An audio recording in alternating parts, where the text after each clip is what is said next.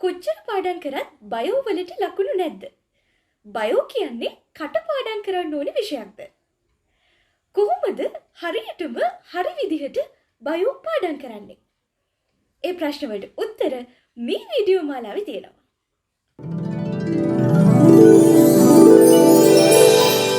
මම අප්සරා ධනංජනි.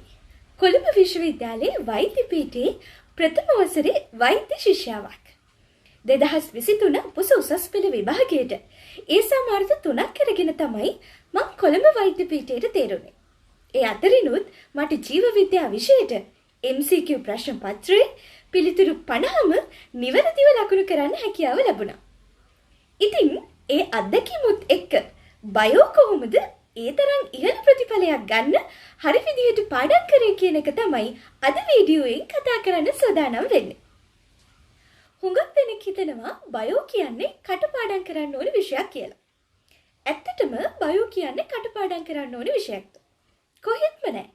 බයෝ කියන්නේ අවබෝධයෙන් පාඩම් කරන්න ඕන විෂයක්. කටපාඩම් කළොත් නම් MCQ ප්‍රශ්න පත්‍රයේ හරියට කවදාවත් කරගන්න අවස්ථාවක් උදා වෙන්නේ නැහැ. ඉතින් මම කලේ සාමාන්‍යයෙන් පාසලේදී හරි ක්ලාස් එකකදී හරි අදාළ පාඩම උගන්වලා ඉවර වුණු ගමන්ම හරි එහෙම නැත්නම් එදා ගෙදර ඇවිත් හරි ඒ උගන්වපු කොටස මම ආපහු සැරයක් බැලුවා. ඒ කියන්නේ පාඩම් කරා වගේ දෙයක් කළේ. හැබැයි මට එහෙම පාඩම් කරන්න නම් පන්තියේදී හරි ඉස්කෝලේදී හරි ඒ පාඩම අවධානයෙන් අහගෙන ඉන්න ඕනි වුණා. ඒ කියන්නේ මට ඒ වෙලාව ඇතුළත පාඩම සම්පූර්ණයෙන්ම තේරෙන්නට ඕනි. උදාහරණයක් විදිහට අපි හිතමුකෝ ප්ලෝයම පරිසංක්‍රමණය. මම කලේ හෝ මිස් උගන්වන අතරතුරේදීම ඒ පාඩම තේරුම් ගත්ත එක. රිසෝස් එකේ තියෙන වචනයක් නෑර පාඩම් වුණා කියන එක නෙමෙයි මේ කියන්නේ. මට අවබෝධයක් තියෙනවා, මට තේරිලා තියෙනවා මෙන්න මෙහෙම ක්‍රියාවලියක් තමයි ප්ලෝයම පරිසංක්‍රමණය කියන්නේ කියලා. ඊට පස්සේ එදා ගෙදර ඇවිත් හරි එහෙම නැත්නම් ක්ලාස් එක ඉවරුණු ගමන් හරි මං කරේ ඒ කොටස නැවත වතාවක් පාඩම් කරපු එක. ඇත්තටම මෙතනදී ඊටම වැදගත් දෙයක් තියෙනවා. ගොඩක් වෙලාවට අපි පාඩම් කරනවා කියලා කරන්නේ බයෝ රිසෝස් බුක් එක හරි අදාළ පොත දිහා බලාගෙන ගොඩක් වෙලා එකම වචන දිහා හරි එහෙම නැත්නම් එකම ඡේද දිහා හරි එකම පිටුව දිහා හරි බලාගෙන ඉන්න එක. ඇත්තටම නංගි මල්ලි පාඩම් කරනවා කියලා කියන්නේ පොත දිහා බලාගෙන ඉන්නවා කියන එක නෙමෙයි. එහෙම බලාගෙන ඉඳලා පාඩම් වෙන්න මතක හිටින අය ඉන්නේ බොහොම සුළු ප්‍රමාණයක් විතරයි. අපි වගේ අපි හැමෝටම වෙනවා ඊට වඩා වැඩි වායමකින් පාඩම් කරන්න. මම කරේ එක වෙලාවක් අරගෙන ඒ මොහොතේදී ඒ පාඩම හයියෙන් කිව්වා. මම සාමාන්‍යයෙන් හයියෙන් කිව්වම මතක හිටින කෙනෙක්. ඒ නිසා මම මේ ඡේදෙ හරි ඒ පිටුව හරි හයියෙන් කියවමින් එක පාඩම් කළා.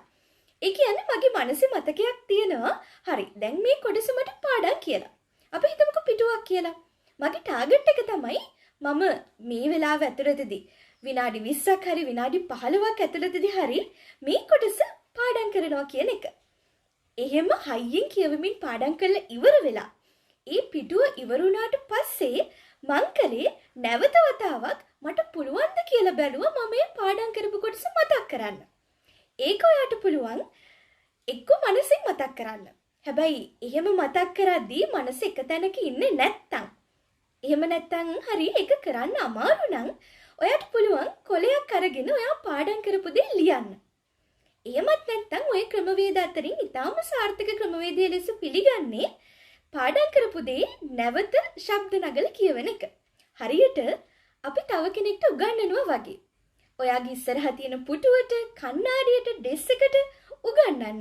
ඔයා පාඩම් කරපු දේ ඒකට තේරෙන විදිහට උගන්වන්න. එතකොට ඔයාට තේරෙනවා ඔයාට ඒ දේ මතක හිටිලා කියලා. නැත්තම් අපි කොයිතරම් පාඩම් කරත් අපි කොයිතරම් පාඩම් කරනවා කියලා හයියෙන් කියුවත් අපි කරන්නේ අදාළ තොරතුරු මනසට දාගන්න එක විතරයි. අපි මනසින් එළියට ගන්නෙ නැහැ. හැබැයි විභාගයකදී වෙන්නේ මනසකට දාගන්න එක නෙමෙයි මනසින් එළියට ගන්න එක. මනසින් එළියට ගන්න වාර ගණන අනුව තමයි ඔයාට කොච්චර මතකද කියන එක තීරණය වෙන්නේ. ඉතින් ඒ නිසා අර පිටුව පාඩම් කරලා ඉවර වුණ ගමන් මං කරේ මට පුළුවන් ද බැලුවා ඒ කොටස නැවත වතාවක් මතකයෙන් තව කෙනෙක්ට උගන්වන්න. ඒක ඔයාට හරියන ක්‍රමයකට ලියන්න මතක් කරන්න කියන්න ඕන විදිහක් කරන්න පුළුවන්. ඉතින් ඔය විදිහට එකින් එක පිටු පාඩම් කරගෙන යනකොට සමහර වෙලාවට අපි සමහර පිටුවක් පාඩම් කරද්දී අපිට හිතෙනවා මං අර මුලින් පාඩම් කරපු එක මතක නෑ නේද කියලා. ඒක සාමාන්‍යයි. කොහොමත් අපිට ටිකක් වෙලා යනකොට එහෙම හිතෙනවා. හැබැයි ඔයාට හිතෙනවා නම් ඒක මට කොහොමත්ම මතක නැහැ කියලා. ඇත්තටම ඔයාට මතකයි. ඔයා කරන්න ඕනි අරක චුට්ටක් එහෙමම තියලා එතනට ගිහින් ඒ වචන කියවගෙන එන්න. ඒක දැක්ක ගමන් ඔයාට හිතෙනවා මට මේක දැන් මතක තියෙනවා කියලා. ඉතින් එතකොට එතනින් එහාට හරිම ලස්සනට හරිම ආසාවෙන් පාඩම් කරන්න පුළුවන්. දැන් ඔය ඒ මොහොතේ පාඩම් කරපු එකනේ. ඊට පස්සේ මං කරේ බස් එකේ හරි පහුවෙනිදා උදේ ඉස්කෝලේ යනකොට බස් එකේදී පුංචි කොළ කෑල්ලක ලියාගත්ත මම පාඩම් කරපු දේ. අකුරක් දෙකක් වචනයක් දෙකක් වගේ. ඊට පස්සේ යන ගමන් ජනේලේ අයිනට වෙලා හරි ඔයාලට කැමති තැනකට වෙලා ඔයාලට පුළුවන් ඒක ඔයාලට මතකද කියලා බලන්න. මතක නැත්තම් රිසෝස් බුක් එක හරි අදාළ නෝට් එක හරි අරගෙන බලන්න මට මේක මතක නැහැද කියලා. ඒ මතක නැති තැනේදී විතරක් ඒක මතක් කරගන්න. ඒ විදිහට ඔයාට පුළුවන් ඒක සතියකට දෙපාරක්ම පාඩම් කරලා ඉවර කරගන්න. තවත් වෙලා තියෙනවා නම් තවත් දවසකුත් අර පුංචි කාඩ් එක අරගෙන පුංචි කෙටි සටහන අරගෙන ඒක මතක් කරන්න පුළුවන්ද කියලා බලන්න. ඉතින් ඔය විදිහට තමයි මම බයෝ පාඩම් කරේ. ඇත්තටම ඒ පාඩම් කිරීම සාර්ථකයි කියන දේ තේරුම් නිසා තමයි මට හිතුනේ ඔයාලට මේ ක්‍රමේ කියලා දෙන්න ඕනේ කියලා. මේ අද වීඩියෝ එකේ අවසානයේ නෙමෙයි. ආරම්භය. මොකද මේක වීඩියෝ මාලාවක්.